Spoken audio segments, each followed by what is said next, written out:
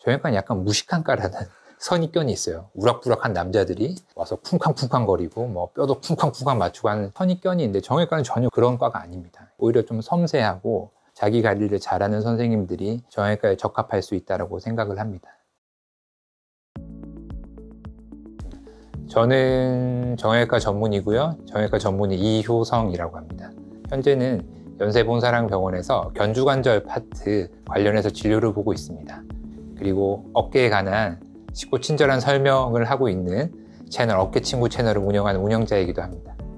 정형외과는 사실 일단 먼저 생각한 게 뼈에 대한 과거든요. 골절이나 뼈에 생기는 어떤 문제들을 치료하는 과이기도 한데 사실 실제로 진료 현장에 나가보면 뼈에 대한 내용보다는 관절에 관한 환자들이 많습니다. 그러니까 좀 과장돼서 설명하면 머리나 가슴, 배를 제외한 인체 모든 부분을 다루는 과라고 설명할 수 있습니다. 근데 정형외과의 매력은 너무 많아가지고 몇 가지 꼽자면 일단 정형외과는 거창하게 얘기하면 인간의 훼손된 존엄과 가치를 회복시켜주는 과거든요. 아픈 사람, 아픈 통증을 호전시키고 기능을 개선하고 그리고 장애를 극복하고 중증외상의 경우에는 환자를 살리기도 하니까요. 어떻게 보면 큰 의미로 훼손된 인간의 존엄과 가치를 회복해주는 과라고 볼 수 있습니다. 두 번째로는 환자 수가 많아요. 의사는 환자를 보기 위한 직업인데 환자 수가 적으면 의사의 존재 이유가 없잖아요. 정형외과는 환자 수가 기본적으로 많습니다. 근데 실제 이제 진료 현장에서 보면 나이가 많이 드셔서 불편하신 분들도 있지만 요즘에는 스포츠 레저 활동이 다양해지면서 스포츠 손상으로 정형외과 방문하시는 분들이 많습니다. 그러니까 주변에 정형외과 환자들이 워낙에 많습니다. 그래서 환자를 많이 볼 수 있다는 장점이 있고요. 그 다음에 세 번째는 제가 개인적으로 생각했을 때 정형외과는 치료 결과가 좀 좋은 과입니다. 내가 잘만 치료하면 그 치료의 피드백이 시각적으로도 보이고 치료를 했을 때 결과가 다른 과들에 비해서 비교적 좋은 과거든요. 마지막으로는 정형외과라는 학문이 사실은 굉장히 재미있는 과입니다. 왜냐하면 우리가 시각적으로 진단을 할 수 있고 또 치료에 대한 결과가 시각적으로 보이는 과거든요. 가령 우리가 골절 환자를 치료한다고 했을 때 손목이 부러졌다고 치면 환자가 일단 아파하고 기능에 문제가 생기고 또 엑스레이를 보면 골절이 명확하게 보이거든요. 그리고 우리가 치료를 잘하면 환자의 부기도 빠지고 통증도 좋아지고 기능도 회복되고 또 엑스레이 상에서 골유합이 된 소견이 보이니까 이 정형외과는 사실 시각적으로 피드백이 빠른 과다라는 걸 말씀드릴 수 있고 우리가 근골격계 질환을 반드시 정형외과 의사가 치료하는 건 아니에요. 그러니까 다른 과 선생님도 팔, 다리 아프고 관절 아픈데 치료하시는데 수술을 할 수는 없어요. 그러니까 정형외과는 근골격계 질환을 다루는 데 있어서 수술이라는 큰 무기가 있는 장점이 있는 거죠. 그 정형외과의 안 좋은 점이나 단점은 개인적으로 생각했을 때는 없다고 생각해요. 딱 드는 안 좋은 점이나 단점은 없는데 힘든 점은 많아요. 정형외과는 일단 레지던트 수련 생활이 힘들어요. 그러니까 대학병원에서 병동 환자, 외래 환자, 그리고 응급실 환자, 수술 환자가 많은 과는 기본적으로 의사 선생님들이 힘들거든요. 근데 그 중에서도 이제 레지던트 선생님들이 힘들죠. 제가 수련하던 당시에도 잠을 많이 못 잤던 기억이 있어요. 그러니까 잠을 많이 못 자는 건 괜찮은데 잠을 자지 않는 그 이외의 시간이 온통 신경 써야 될 일이 투성이에요. 그래서 정형외과 수련하는 동안 우리가 이제 속된 말로 도망가는 친구들도 있어요. 그 정도로 힘든 과인데 그 4년을 잘 거치면 훌륭한 정형외과 전문의가 될 수 있습니다. 또 한 가지 정형외과의 힘든 점은 수술에 대한 부담이 있어요. 그러니까 우리가 일반적으로 비수술적인 치료를 하고 환자가 좋아질까라고 걱정하는 거랑 그리고 수술을 하고 나서 환자가 좋아질까라고 걱정하는 부분의 수준 차이는 굉장히 크거든요. 그래서 아무리 수술을 많이 해도 수술할 때마다 부담감이 생기고 걱정도 생기죠. 근데 그런 부분들을 좀 아름답게 승화시키는 것이 이제 정형외과 전문의의 이제 책무이기도 합니다. 그러니까 정형외과 의사를 요구하는 곳이 굉장히 많아요.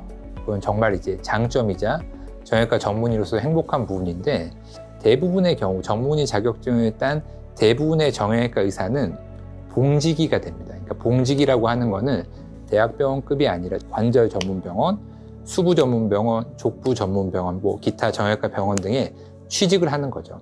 그런 병원들의 일자리가 그러면 많냐라고 했을 때 많아요. 정형외과 환자들이 많기 때문에 정형외과 의사를 요구하는 병원들이 굉장히 많아요. 그래서 취직하는 건 그렇게 사실 어렵진 않아요. 그래서 자기가 이제 골라서 취직을 하게 되는데 조금 세부적으로 들어가면 이 봉직이도 좀 나눠져 있어요. 그러니까 예를 들면 저 같은 경우는 견주관절 전공을 했는데 모든 관절을 보는 병원이 있어요. 뭐 무릎도 보고 허리도 봐야 되고 하는 병원이 있고, 제가 지금 근무하는 병원처럼 그 견주관절 자체만 보게 해주는 병원들이 있거든요. 그런 병원들은 뭐 개인적으로는 사실 행복한 일이긴 하죠. 내가 배웠던 거를 자신 있게 할 수 있으니까. 그래서 그런 차이가 나고, 이 봉지기 말고 이제 개원하는 정형외과 선생님들도 굉장히 많습니다. 이유는 개원가가 정형외과 선생님들한테 좀 유리해요. 계속 얘기하는 거지만 정형외과 환자들이 많아요. 그래서 정형외과는 개원을 해도 괜찮게 자기 활동을 하시는 것 같아요. 물론 이제 자기 병원을 운영하는 것 자체가 많은 신경이 쓰이긴 하겠지만, 개원하시는 분들도 많고, 개원하는 게 그렇게 어려운 부분은 아닙니다. 정형외과에서.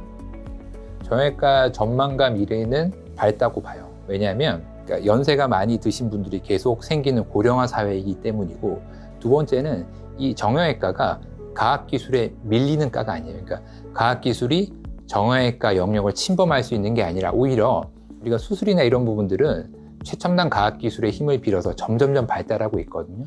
예전에는 어깨 수술할 때 이제 열어서 수술했어요. 이제 우리 오픈이라고 그러죠. 오픈해서 수술했는데, 요즘에는 관절 내시경이라는 걸 이용해서 수술을 하거든요. 그러니까 정형외과는 보면 그 외부적인 과학기술을 받아들이려고 노력하는 거예요. 그러니까 과학기술이 발전하면서 그 정형외과라는 학문도 같이 따라서 발전하는 거죠. 그래서 저는 개인적으로는 전망이 굉장히 높다라고 보고 있습니다. 그리고 수술하는 과이기 때문에 아직까지는 수술하는 과는 의사의 이제 본질을 지켜가면서 얼마든지 이제 의사 생활을 영위할 수 있는 과이기도 해요. 그래서 정형외과는 전망이 좋은 과라고 생각합니다. 그리고 정형외과 의사 선생님들이 이런 봉지기 생활을 하면서 받는 대우도 괜찮은 편이거든요. 그래서 정형외과 의사는 아직까지 쓸모 있는 의사고, 미래도 굉장히 밝은 의사라고 생각합니다.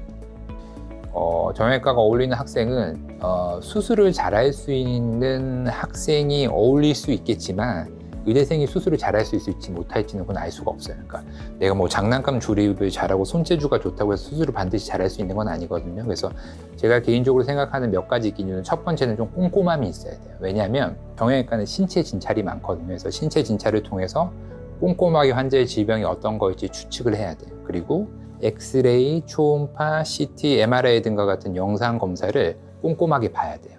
그리고 치료를 꼼꼼하게 선택해야 되고, 수술을 만약에 했다면 상처 회복까지 꼼꼼히 봐야 돼요. 그러니까 이 모든 과정을 꼼꼼하게 컨트롤할 수 있는 사람이 정형외과 의사에 적합하고요.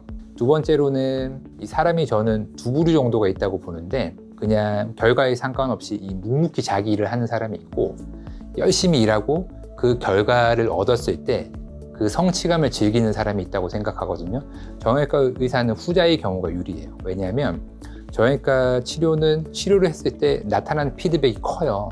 눈에 보이기도 하고, 치료만 잘하면 그 피드백이 굉장히 크거든요. 근데 그 피드백이 왔을 때 성취감을 느끼고 그걸 즐긴다면 자신을 더 발전시킬 수 있어요. 그래서 내가 어떤 일을 했을 때 성취감 느끼는 걸 좋아한다, 그런 사람은 정형외과에 적합해요.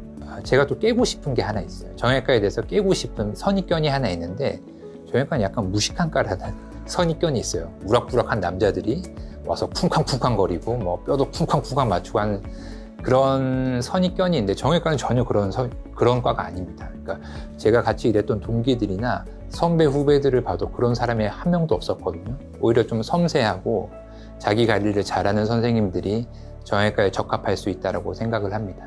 그리고 제가 뭐 짧은 시간이지만 정형외과에 관해서 이것저것 얘기했는데, 귀중한 시간 내어주셔서 감사드리고, 다음에도 또 좋은 기회가 있다면 또 자세한 얘기 말씀드리도록 하겠습니다.